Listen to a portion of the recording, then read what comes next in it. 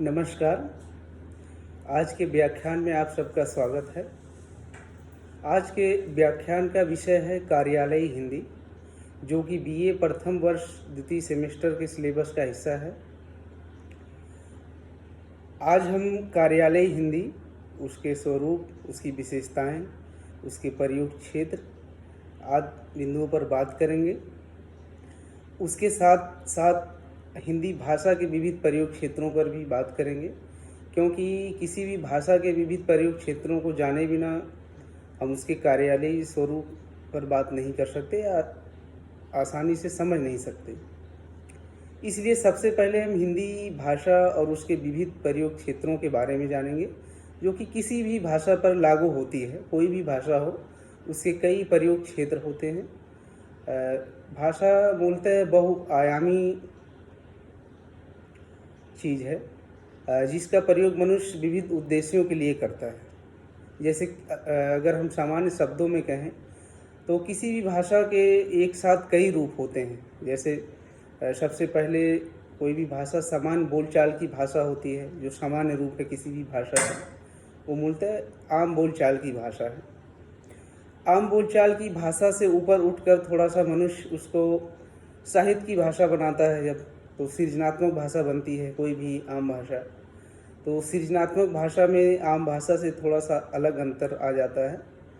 इसके कई कारण हैं, अभी उस पर हम आगे चर्चा करेंगे। इसी प्रकार ज्ञान विज्ञान के क्षेत्र में भी कोई भाषा जब हम प्रयोग में लाते हैं, तब भी उसमें कुछ महत्वपूर्ण बदलाव होते हैं। उस भाषा की संरचना में मूलभूत बदलाव होते हैं, उसकी शब्दावली में कुछ परिवर्तन किए जाते हैं, कुछ नए शब्द गढ़े भी जाते हैं, ताकि उसके माध्यम से हम ज्ञान विज्ञान की चीज़ों को अवगत कर सकें। क्योंकि सामान्य भाषा मूलतः इन सब बिंदुओं को ध्यान में रखकर नहीं प्रयोग की जाती है कि वह इन विविध रूपों में प्रयोग की जा सके। विभिन्न विद्या शाखाओं में या ज्ञान विज्ञान की विविध शाखाओं में प्रयोग करने के लिए किसी भी भाषा में कुछ अमूलचूल परिवर्तन करना पड़ता है। इसी प्रकार इसका और कार्यालय हिंदी भी इसी में से ही एक रूप है। तो मूलतः कहने का मतलब यह है कि किसी भी भाषा के कई रूप होते हैं एक साथ, जिसमें से पहला आम बोलचाल की भाषा, दूसरी साहित्य की भाषा, तीसरी जो है ज्ञान विज्ञान की विविध शाखाओं की भाषा, और इसके साथ ही चौथी हम ये कह सकते हैं कि नवाचार या जनसंचार की भाषा, जो कि आम जन से ही जुड़ा हुआ है, लेकिन उसके स्वरूप में थोड़ा सा अंतर होता है आम बोलचाल की भाषा से। तो ये सब कुल मिलाकर हम कह सकते हैं कि भाषा के विविध रूप हैं, और इसमें जो सबसे महत्वपूर्ण है कार्यालयी भाषा। कोई भी भाषा अगर कार्यालय में प्रयुक्त होती है तो उसमें कुछ उसकी अपनी पारिभाषिक शब्दावली होती हैं, उसके कुछ अनुशासन होते हैं, उसकी कुछ प्रकृति होती है।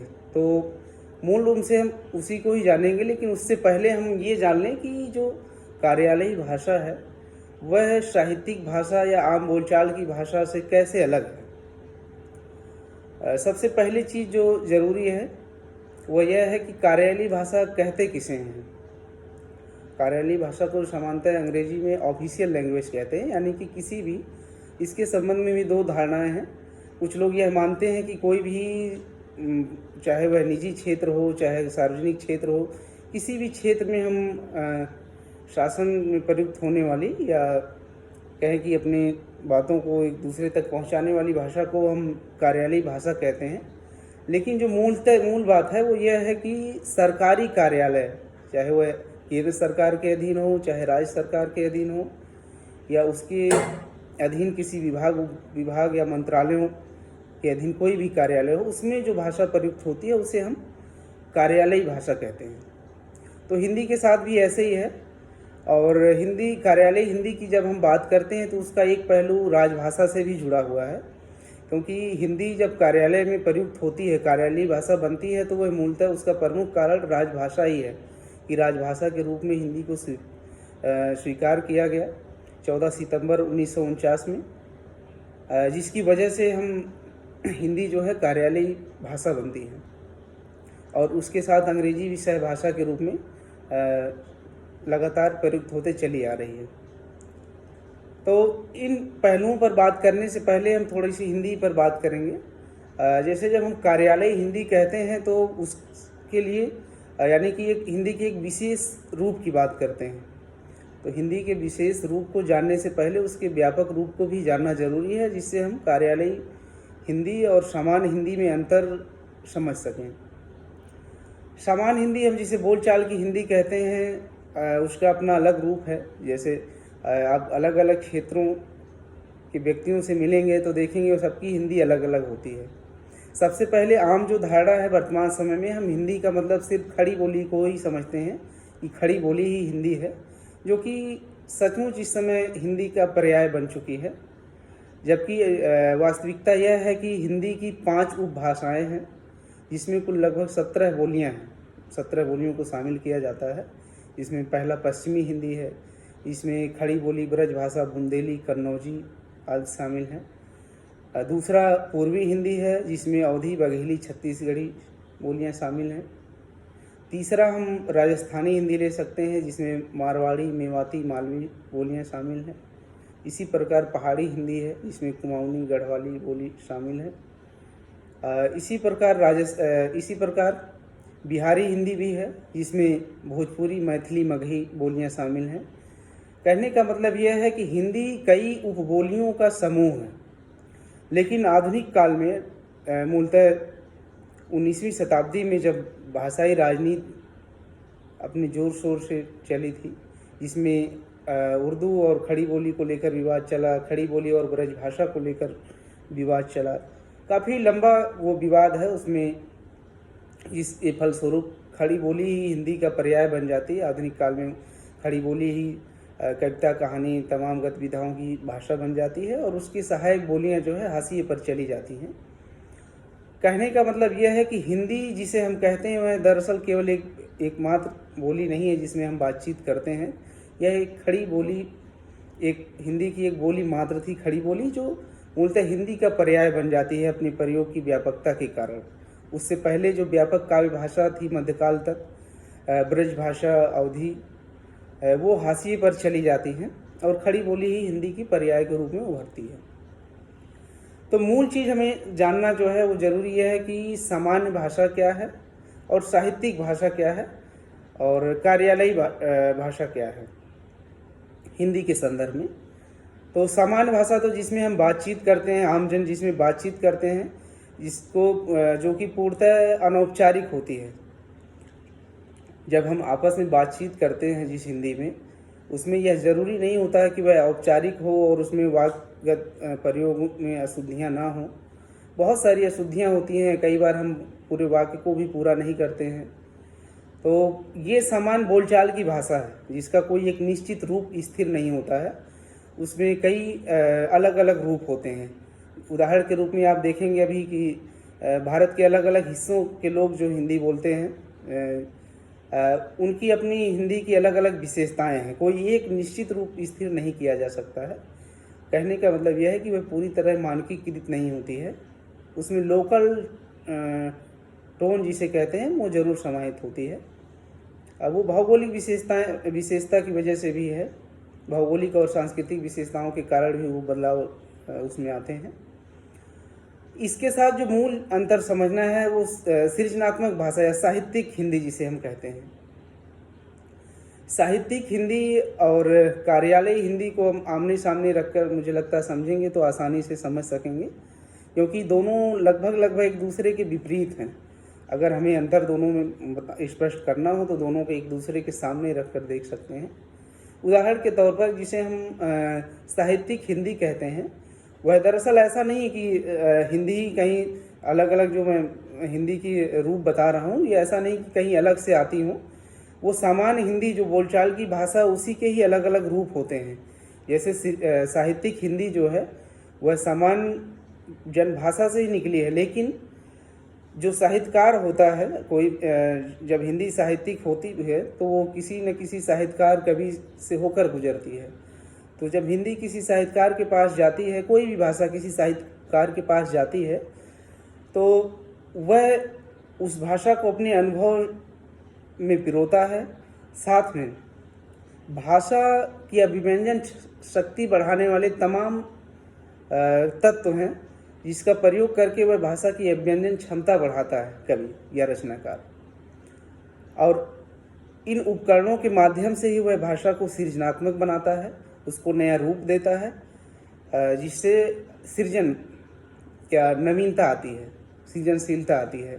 उदाहरण के तौर पर जैसे हम हिंदी कविता पढ़ते हैं या हिंदी की कोई भी विधा पढ़ते हैं, कविता, कहानी, उपन्यास, नाटक, कुछ भी पढ़ते हैं हम जब, तो उसकी हिंदी आप देखेंगे कि उसमें जैसे मध्यकाल की कविताएं आप पढ़ेंगे, मूलतः रीत काल की, तो देखेंगे कि कभी समान भाषा जो है उसकी अभिव्यंजन क्षमता बढ़ाने के लिए, उसमें सृजनात्मकता लाने के लिए वह शब्द शक्ति का प्रयोग करता है, अलंकारों का विविध अलंकारों का प्रयोग करता है, बिंबों का प्रयोग करता है, और साथ में मुहावरों का प्रयोग करता है, अनेकार्थी शब्दों का प्रयोग करता है। तो ये सारे तत्व हैं जिसके माध्यम से कवि भाषा की अभ्यंजन क्षमता बढ़ाता है। कहने का मतलब यह है कि साहित्यिक हिंदी जो है वह समान हिंदी का ही सृजनात्मक रूप है, जो विभिन्न कलात्मक तत्वों के प्रयोग के माध्यम से एक नया रूप लेती है।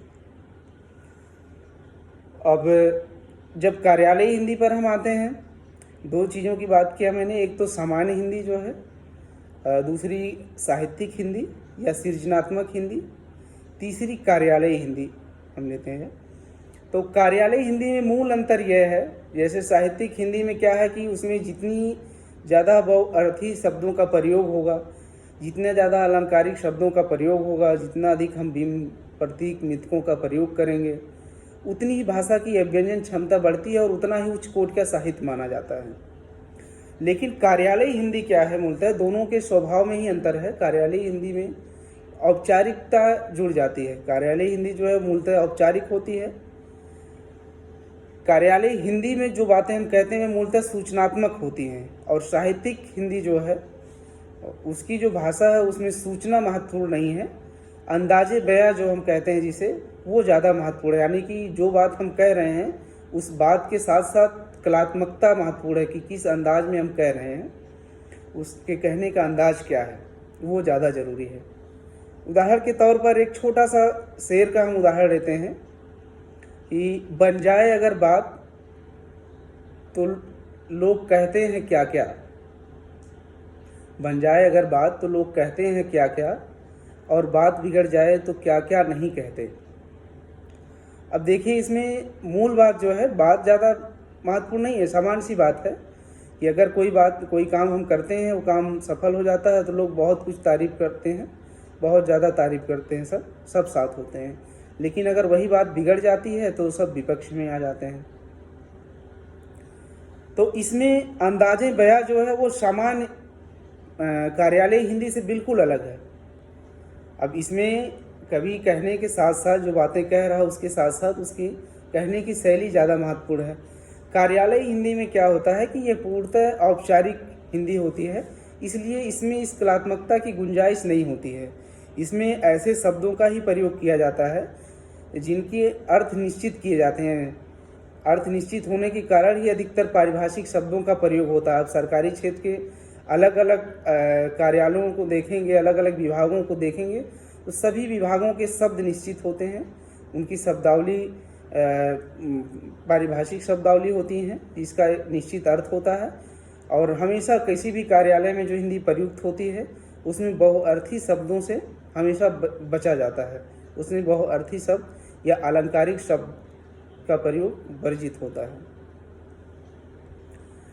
कहने का मतलब यह है कि जो कार्यालयी हिंदी है वो पूर्णतः औपचारिक हिंदी है, उसके लिए निश्चित पारिभाषिक शब्द निर्धारित होते हैं, सिर्फ उन्हीं का ही प्रयोग किया जाता है।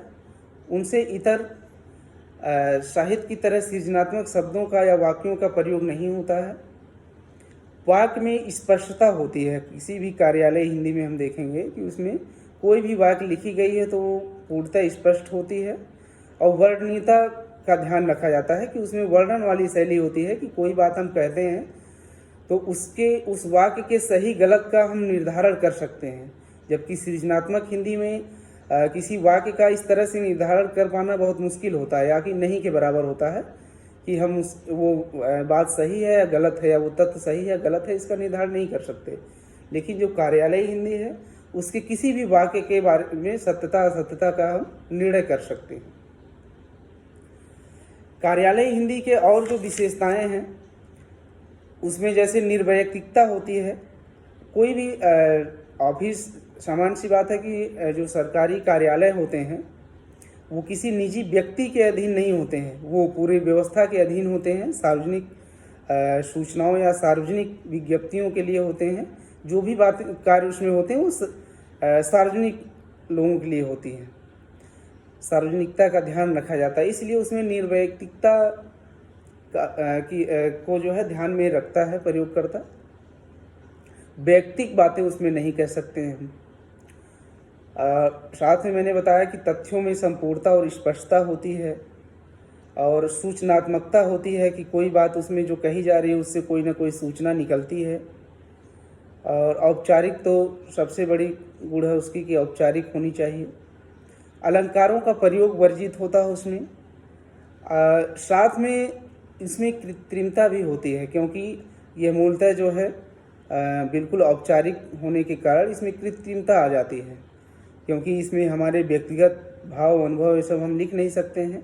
उसका एक निश्चित प्रारूप होता है, जिस प्रारूप के अंतर्गत और निश्चित शब्दावली होती है, इसके अंतर्गत रहकर जिसको ध्यान में रखकर ही हम कोई बात लिखते हैं। तो इसलिए जो है इसमें कृत्रिमता आ जाती है। हिंदी के जो कार्यालयी हिंदी है उस पर सबसे अधिक हम प्रभाव देखते हैं जो वो अंग्रेजी भाषा का सबसे अधिक है। इसका प्रमुख कारण है कि काफ़ी लंबे समय तक हमारे आज़ादी से पहले अंग्रेजी भाषा यहाँ की राजभाषा थी। जितने भी सरकारी कार्य होते थे वह मूलतः अंग्रेजी भाषा में ही होते थे। उसके बाद अंग्रेजी के अलावा जो है दूसरा वो अरबी फारसी का प्रभाव ज़्यादा है। हमारे जो कार्यालयी हिंदी है उसमें इन दो भाषाओं का बहुत ज़्यादा प्रयोग मिलता है। इन दोनों के ध्यान में रखकर हिंदी में देखेंगे हम कार्यालयी जो हिंदी है उसमें अंग्रेजी और अरबी फारसी के शब्दों का प्रयोग बहुलता से मिलता है। अब एक चीज़ और जो महत्वपूर्ण है कि कार्यालयी हिंदी का प्रयोग कैसे संभव हुआ। तो मैंने बताया कि कार्यालयी हिंदी जब कार्यालय में प्रयुक्त होने लगी तो इसका प्रमुख कारण राजभाषा रहा कि 14 सितंबर 1949 को हिंदी को राजभाषा के रूप में स्वीकार किया गया। इससे पहले अंग्रेजी राजभाषा थी, लेकिन हिंदी को राजभाषा स्वीकार करने के साथ साथ जब हमारा संविधान लागू हुआ 26 जनवरी 1950 को, उसी में ये प्रावधान किया गया था संविधान में। 14 सितंबर 1949 को जब राजभाषा बनाया गया हिंदी को, तो ये प्रावधान किया गया कि आने वाले 15 सालों में अभी भारत उस तरह से पूर्णतः सक्षम नहीं है कि हिंदी भारत के सभी राज्यों में जो है सामान्य रूप से लोग समझ सकते हों। इसलिए आने वाले 15 सालों तक हिंदी को इस रूप में सक्षम बनाया जाएगा कि भारत के सभी राज्यों के लोग उसको भली भांति समझ सकें। जब तक हिंदी इस रूप में सक्षम नहीं हो जाती है तब तक लगभग 15 सालों तक अंग्रेजी इसके सहायक रूप में राजभाषा के रूप में प्रयुक्त होती रहेगी। लेकिन इसके साथ ही साथ यानी कि 15 साल अगर हम जोड़ें 1950 से तो 1965 तक हो रहा है। उससे पहले ही लगभग 1963 के आसपास पश्चिम बंगाल, तमिलनाडु और उसके साथ साथ अन्य दक्षिण भारतीय राज्य जो आग हिंदी भाषी क्षेत्र थे, उन लोगों ने बहुत तेज़ी से विरोध किया हिंदी को राजभाषा के रूप में स्वीकृति देने के लिए पूर्णतः।